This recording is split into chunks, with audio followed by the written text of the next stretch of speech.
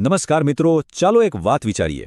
તમારા ઘરની પાછળ એક જમીનનો ટુકડો છે જેને આપણે વાડો કહીએ છીએ. વર્ષોથી પેઢીઓથી તમે એનો ઉપયોગ કરતા આવ્યા છો. ત્યાં પશુઓ બાંધો છો, ઘાસચારો રાખો છો, ખેતીના સાધનો પડ્યા રહે છે. એ તમારા ઘરનો જ એક ભાગ છે, બરાબર ને? પણ અચાનક એક દિવસ કોઈ આવીને કહે કે ભાઈ, આ જમીન તો તમારી છે જ નહીં, આ તો સરકારી જમીન છે. ત્યારે શું થાય? કેવો ઝટકો લાગે? બસ આ જ એક મોટો સવાલ છે જે ઘણા લોકોને મૂંઝવતો હોય છે કે શું વર્ષોથી જે વાડો આપણે વાપરીએ છીએ એ ખરેખર આપણા નામે થઈ શકે? અને જો જવાબ હા હોય તો એની સાચી કાયદેસરની રીત કઈ છે?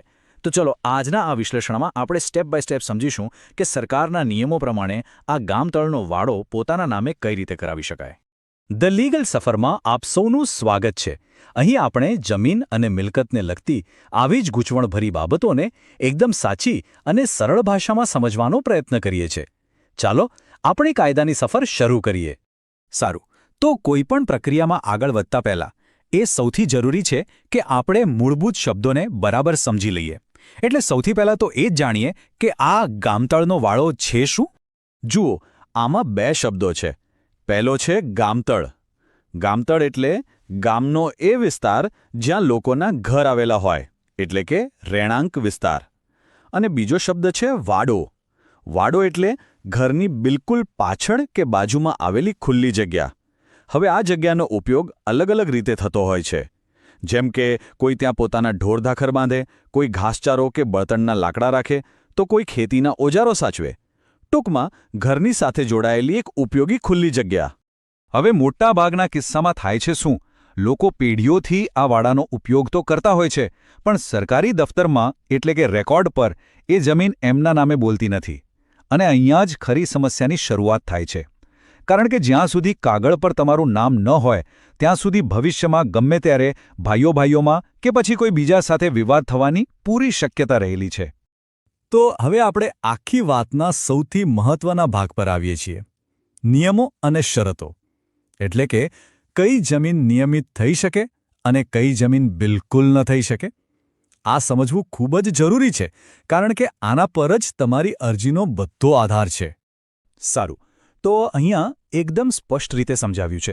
ચાલો પહેલાં જોઈએ કે કઈ જમીન તમારા નામે થઈ શકે છે. પહેલી શરત, એ વાડો તમારા ઘર સાથે જોડાયેલો હોવો જોઈએ. બીજું, ઘણા વર્ષોથી એ તમારા જ કબજામાં હોવો જોઈએ. અને ત્રીજું, એનો ઉપયોગ રહેણાંક કામ માટે અથવા તો પશુધન સાચવવા જેવા કામ માટે થતો હોવો જોઈએ. જો આ શરતો પૂરી થતી હોય તો એ જમીન નિયમિત કરાવી શકાય છે. પણ હવે જરા સામેની બાજુ જુઓ. આ લિસ્ટ ખાસ યાદ રાખજો. ગૌચરની જમીન એટલે કે ગામના પશુઓ માટેની જમીન, કોઈ જાહેર રસ્તો, તળાવ કે નદી નાળાની જગ્યા, સ્મશાન ભૂમિ અથવા સરકારે કોઈ ખાસ પ્રોજેક્ટ માટે રાખેલી જમીન, આ પ્રકારની જમીન પર ગમે તેટલા વર્ષોનો કબજો હોય એ ક્યારે પણ તમારા નામે થઈ શકશે નહીં. ચાલો માની લઈએ કે તમારી જમીન પાત્રતા ધરાવે છે, તો હવે આગળ શું? હવે વારો આવે છે કાગળિયા તૈયાર કરવાનો. કોઈ પણ સરકારી કામમાં પુરાવા અને દસ્તાવેજો સૌથી મહત્વના હોય છે. તો જોઈએ કે આ કામ માટે તમારે કયા કયા ડોક્યુમેન્ટ્સ ભેગા કરવા પડશે. જો તમારી અરજીને મજબૂત બનાવવા માટે આ પુરાવાઓ જોઈશે. સૌથી પહેલાં તમારા ઘરનો મિલકત આકારણીનો ઉતારો. બીજું, તમે ઘરનો વેરો ભરો છો એની ગ્રામ પંચાયતની રસીદ. ત્રીજું, જે વાડાની જગ્યા છે એનો એક વ્યવસ્થિત નકશો. ચોથું, અને આ બહુ મહત્વનું છે, તમારા આજુબાજુના પાડોશીઓનું લેખિત નિવેદન, જેને પંચનામું કહેવાય છે, જે સાબિત કરે કે તમે જ આ જગ્યા વાપરો છો. અને છેલ્લે, તમારી ઓળખ માટે તમારું આધાર કાર્ડ કે બીજો કોઈ પુરાવો. આ બધા દસ્તાવેજોનો એક જ હેતુ છે, એ સાબિત કરવું કે આ જમીન પર તમારો જૂનો અને સતત કબજો છે. સારું, તો ડોક્યુમેન્ટ્સ તૈયાર છે, જમીન પણ નિયમોમાં આવે છે. હવે આવે છે આખી વાતનો સૌથી મુખ્ય ભાગ, એટલે કે સંપૂર્ણ કાનૂની પ્રક્રિયા. ચાલો હવે આપણે એક પછી એક પગલાં સમજીએ કે તમારે અરજી ક્યાંથી શરૂ કરવાની છે અને છેલ્લે તમારા નામે કાગળિયા કેવી રીતે થશે.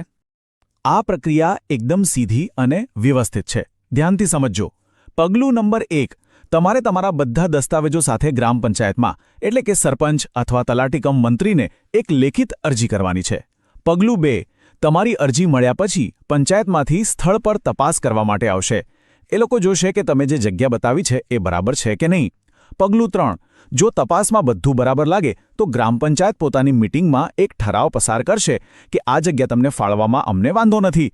પગલું 4, પંચાયતના ઠરાવ પછી તમારી આખી ફાઇલ ઉપલી કચેરીમાં એટલે કે તાલુકા વિકાસ અધિકારી અથવા મામલતદાર ઓફિસમાં મંજૂરી માટે જશે.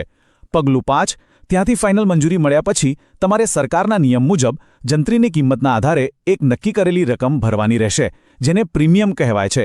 અને છેલ્લું પગલું નંબર 6, તમે જેવું પ્રીમિયમ ભરી દેશો એટલે તમને સત્તાવાર ઓર્ડર મળી જશે અને ગ્રામ પંચાયતના રેકોર્ડમાં એ વાડાની નોંધણી તમારા નામે કરી દેવામાં આવશે. પ્રક્રિયા તો આપણે સમજી લીધી, જે બહુ સીધી લાગે છે, પણ ઘણીવાર નાની નાની ભૂલોને કારણે લોકોની અરજીઓ રિજેક્ટ થઈ જતી હોય છે. તો ચાલો હવે એ પણ જોઈ લઈએ કે કઈ સામાન્ય ભૂલો કરવાથી બચવું જોઈએ, જેથી આપણો સમય અને મહેનત બરબાદ ન થાય. આ અમુક એવી ભૂલો છે જે લોકો વારંવાર કરે છે.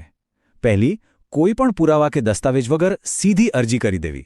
જો પુરાવા નહીં હોય તો તમારી વાત કોણ માનશે? બીજી ભૂલ, એવી જમીન માટે અરજી કરવી જે નિયમિત થઈ જ ન શકે, જેમ કે ગૌચર. આ તો સીધી જ રિજેક્ટ થવાની છે. ત્રીજી ભૂલ, અરજી સાથે જગ્યાનો કોઈ વ્યવસ્થિત નકશો જ ના આપવો. અધિકારીઓને કેવી રીતે ખબર પડશે કે કઈ જગ્યાની વાત થઈ રહી છે? અને ચોથી, ગ્રામ પંચાયતનો ઠરાવ કરાવ્યા વગર જ સીધા ઉપલી ઓફિસમાં પહોંચી જવું. યાદ રાખો, પંચાયતનો ઠરાવ આ પ્રક્રિયાનો પાયો છે.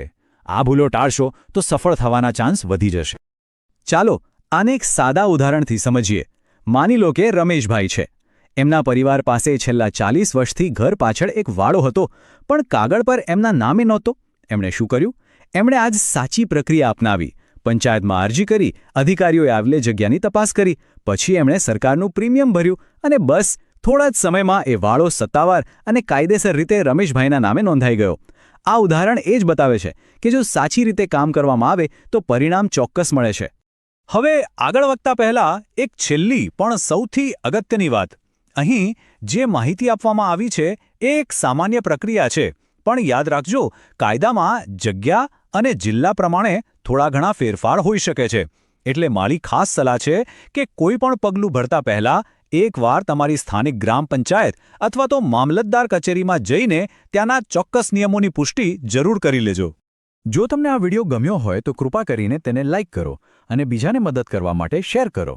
જો તમારો કોઈ પ્રશ્ન હોય તો મને કોમેન્ટમાં જણાવો અને હું ચોક્કસ જવાબ આપીશ. અને હા, ચેનલને સબસ્ક્રાઇબ કરવાનું ભૂલશો નહીં. આવા જ વિષય સાથે આગામી વિડીયોમાં મળીશું. આભાર.